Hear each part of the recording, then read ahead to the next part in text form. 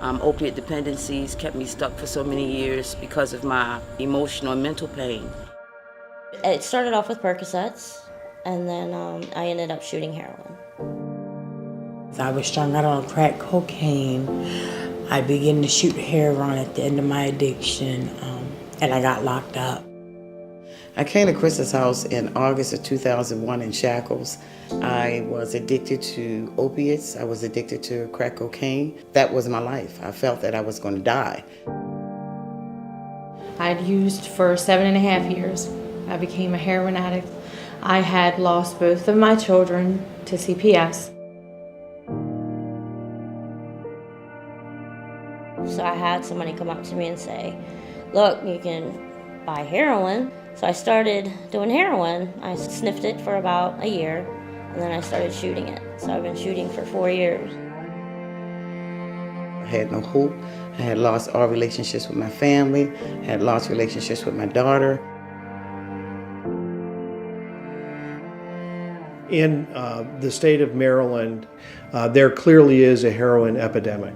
It's maybe started with painkillers that were given, and then when no longer painkillers were available, that certain individuals were looking for something to substitute for it. It's a very real problem. We're looking for solutions. We're one of the few facilities that allow women to have their children here in our facility. So we would like to learn more about what is the impact of having the children here at our facility with their mothers, and can we do more for them? Women shied away from treatment, either alcohol or drug dependence, because they were worried about the impact of someone knowing about their addiction. Would the state come in and take their children away? When I lost my children to CPS, I knew nothing about Chrysalis House. I knew nothing about treatment center that allowed you to take your children with you.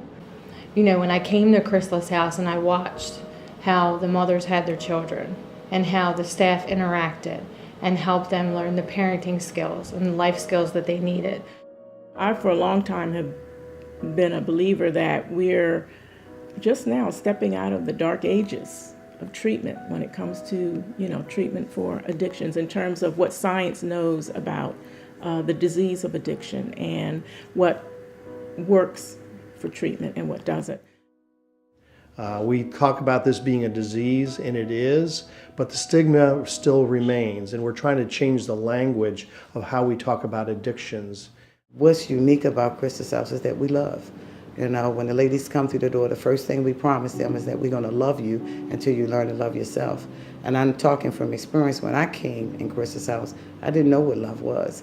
But Chris's house wrapped these women up. They make them feel good about them. They tell them that what they've done in the past does not dictate their future. And I believe that this place is still standing because of the compassion that all the staff has. The staff is really caring. They really care. The whole, it's not many places you come and they're actually so involved like the staff is, and they know where we've came from, and they don't treat us any different. So what Chris's house did, came up with, okay, we want to do continuing care. So what we do, we have supportive housing for women and children. We have supportive housing for single women, which give them an opportunity to get more treatment and safe housing. And, we have served in IOP over 180 women, and out of those 180 women, we have 75% of them that are still sober. We're a women and children's program exclusively, so when the moms are here, during treatment, during their 6 months in residence, they can actually have their children with them here in residence. That is extraordinary. When I got here, I was just so grateful that I was finally getting the help that I need, because I struggled with addiction for almost 30 years. Some of the challenges that we have are the fundraising and the court systems that are seeing the need to place our people with this issue of alcohol addiction or drug addiction out in facilities such as ours. When you contribute to Chrysalis House, you really are not just making a contribution, you're making a difference. And you can see the benefits and the results of that contribution tangibly. I think that this issue is better helped in facilities like ours rather than in prisons, because the recidivism rate in prisons is much higher, and we provide a much better environment for their recovery. In terms of larger philanthropy, we want to have as many partners who recognize the need for addiction treatment. We're really looking for people who have an interest in this issue to come to us, see Chrysalis House here in Crownsville, understand the issue and how they might help. It gave me a foundation to be, to be safe at, to always know that there's people there for you.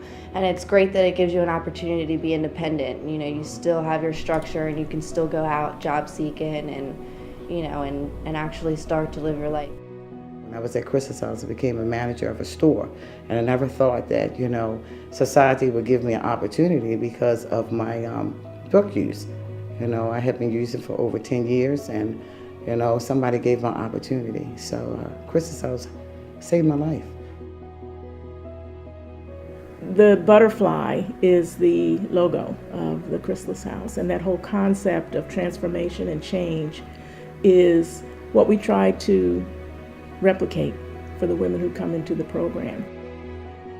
At that point, that caterpillar doesn't know what's on the other side. It only knows that it's supposed to weave a cocoon. And while it's in that cocoon, that's when the transformation takes place. Chrysalis House is that cocoon